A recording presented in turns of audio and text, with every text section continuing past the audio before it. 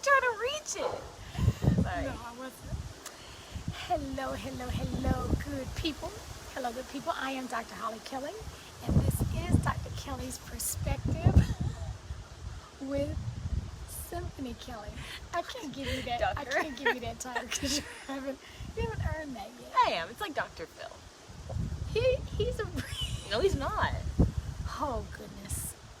Okay. Well, anyway, thank you for all who are jumping on and who will jump on. Symphony has agreed to join me today, and this is the why behind this. I think it's very easy for anybody who is on the outside looking in to see relationships, to see families, to see stuff, and say, "Oh wow, look at that!" And if it's an inkling of a better position than where you are in your life at that point, then it becomes magnified even more to like, "Oh my goodness, look at that!"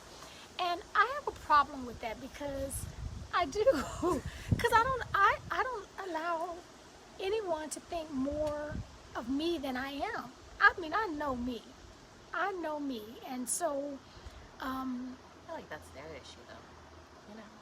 well, Like, if I you mean, think I'm better than I am, it's on you. no, you shouldn't let people do that. Well, okay, that's my perspective. You probably gonna let them do that. Yeah, that's you. Okay, I don't want anybody doing that with me. Okay, now, hey, Clichia. Oh, Miss Clichia, are you gonna sing? Oh no, I only do that for money. I'll pay you. Preparation. Okay, you supposed to stay prepared. I do, but we're not doing this today. I guess that's a not now, Miss CeeLo. Okay, so here's where we're going. I am so very grateful to God Almighty for the relationship that we have right now. This is our youngest daughter. But it wasn't always like that. As a matter of fact, it was a long way from that. Actually, I distinctly remember my baby being about maybe 6 months old, and it just seemed like it started like for real early, but it just seemed like everything I did was not the right thing to do with her. And as she got older and got more vocal, if it was for real not the right thing to do. If I said up, she said down. If I said that sky is blue, it was green. It just seemed like we always did that. So here's where we're going with that. I clearly remember my mother-in-law was out here this was years and years ago, like pre-cell phone days, because I remember we still had a house phone. And every time without fail, every time the phone rang, it was for mother. And I mean, all her children were grown folks, and yet they were always calling her and, "Mother, what you doing and how you doing?" She would only be out there for a minute. They lived with her, but they were calling her all the time, and they'd take her to lunch and they'd take her. And I said to myself, I want that kind of relationship with my child when she's grown. And nobody has to, when folks are grown, you don't make them do anything. So I knew that I had to change something. I knew I didn't want a relationship that was like this. I didn't want that. And so I made the decision. I believe in therapy. I believe in counselors times 10. I am so pro counselor. I'm not. She's not. For me. Okay, but I really think other am. people should get it. Okay. Oh, well, other people, but not you. No, I'm saying I've been to therapy and I don't like it. I don't even like I don't like talking about me to my friends, you, much less a stranger. So that's not my cup of tea. But Okay, other but you people. gotta have a cup of tea to get through the rough stuff. Do you though? Yeah, you gotta have a cup of tea. You have to. So I went to counseling because I said, for me, I'm the adult, I'm the parent. My love for her was never in doubt, but it wasn't coming through. So I said, I went to a counselor, I said, okay, I need to fix up something, I need to, you got to help me because I'm not getting through to my daughter. We argue all the time about everything. And it was breaking my heart. It was breaking my heart.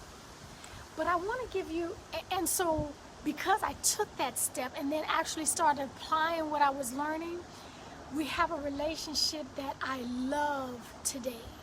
But it wasn't overnight.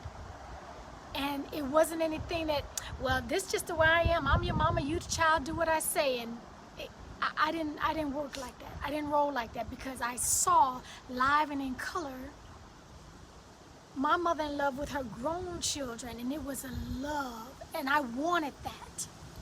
So I figured I want Symphony, from her perspective, what were those years like? I remember, but like, I kind of do, but like the last couple years have been like more. But I just thought, because I was younger, so I just thought that we didn't have the relationship that everyone else did, or a lot of other kids. I knew. So you knew that? Kind of, because I had friends who like told their mom everything and wanted to go places with their mom and like did all that stuff, and I just thought that wasn't me.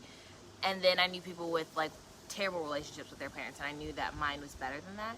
So it was just like a weird medium. But I just thought that sometimes I was being like bad or whatever and didn't want to listen, and then sometimes I was like, okay, well, she definitely doesn't listen because there's no way that we don't agree on anything. But I don't know, I'm not that old, but like it's kind of hard to remember. I remember the last couple years better than I do. The last bad couple of years? No, good couple recent, years. Yes. Okay. So. Well, okay, I remember because my heart, it was just breaking my heart. I mean, I remember on my way home, and I was coming home, where I would like prep myself, okay, Holly, you know, because it was just gonna be this. And nothing I did until I went and started learning a different skill and different strategy, and until I recognized that God created exactly the way He wanted to create her. And so I couldn't make her and mold her into what I thought. She's a completely different, beautiful, wonderful person. Wonderful. Very, very wonderful. Don't gas me. I ain't gassing you. You know, she's a sweetheart. She's a very, very loyal friend to her friends. She's just a sweetheart. But I was missing all of that. And I wanted to just come out and say that if you have relationships with your children, even your adult children, that are not healthy, that are not good, that are stressful, don't give up. Don't give up on that. You got to do a little more than a hoping and a wishing and even praying. You have to get up and do the work. Because God created us. I don't care if she did come from my womb. She's a completely different individual. She's a separate, unique individual. And so I want you to stay encouraged and do the work that it takes to make a relationship. Because now, how would you describe our relationship now? Good. Not good. I mean, I was trying to think of a better adjective. Okay. I noticed the change. I didn't think there was anything wrong in saying that. I just thought there was like something wrong with me that, like, you know, but I noticed it getting better when I feel like, tell me if I'm wrong, but I feel like when I went away to school and maybe like my senior year. Okay, it was definitely the end of your high school career. Yeah, that's what I was thinking. Yeah. Maybe a little bit, maybe junior year, because junior year we went to Costa Rica, right? Yes. Okay, so I would say the last 2 years of high school. I think so. Last 2 years of high school, and then since. But I had to do the work, and I remember very clearly the most wonderful statement I probably could have ever heard in my life, and it was just recently. She said she noticed the difference, and it just made it made the time, the money, the investment, the resources poured into that, it made it all worth it. I felt it. But here, listen to this. if you have a relationship that's a little raggedy, did you hear her say she thought it was on her? She thought she was the bad child. She thought she was doing things to it wasn't on her. That wasn't. And we've got to be aware and conscious of what our actions say to our children. Children will take on things that are not their responsibility. They will. That's just how we're designed. I remember things that I did as a child because I thought it was my role to do certain things. And so we do, how do we talk a lot? Yeah, yes. I find myself like cracking about something like, oh, I gotta tell mommy later. Like, or just like, especially when I'm at school. I remember I always make fun of Monique because she calls her mom like 6 times a day, 7 days a week. But like, I find myself like texting you or calling you like 2 or 3 times a day just for like dumb stuff. But like, us talking more in general, because I don't like being on the phone. But like, when I'm on the phone with you, like, I don't mind. And I'm telling you, I wanted to encourage everyone who may be in a place, because now she's an adult. She's in a blink, she's going to be 22. Calm down. Right, because she's still in our pocket. Hey. I'm just saying. Mom, when I make it, you're going to be in my pocket. That's So right. stop Yes, bringing I it am. up. Yes, I am. Yes, I am. I'm going to want a whole lot of stuff. I'm going to want to go a whole lot of Calm places. down. Let's calm down. I'm still I'm frugal just like saying. you. So I just want to encourage you, do not give up. I put the onus on me. It was my responsibility because I wanted a relationship with this daughter in particular. I think I know why we did this. Why do you think we? I don't know. I think, no, I honestly don't know. I always thought it was because, honestly, I don't think I really gave much thought to it. I just thought some people don't get along the way they should. Yeah. And I thought, like, I think I'm pretty independent. I think I've always been pretty independent. And I thought that was because of, like, how you guys raised us. But I just thought that that's how we were. And then sometimes I would think, like, oh, I'm a kid. It doesn't matter what I say. Like, even when, not you in particular, I mean this with adults in general, that when kids, your kids, not like minors, I mean your kids in general, try to actually have a conversation with you, and adults will take it as disrespect, but it's genuinely, I just want to talk to you. And it's, I just, and again, it's not on you, but I genuinely feel like so many adults, and I'm speaking from my experience in the Black community, think it's disrespectful. And it's for when a younger person won't let you talk down to them, or even tries to have a conversation, like if you're yelling back, literally just responding back to anything else, but they don't want to hear, and it's not disrespect. It's, I'm having a conversation with you, or I'm not going to let you disrespect me. And not that you ever did. I'm just saying, I think that I used to think it was, oh, I'm just not supposed to, this is just how it is. Like, I'm not supposed to say anything back. I'm not supposed to have dialogue with whatever we're talking about because I'm the kid. Right.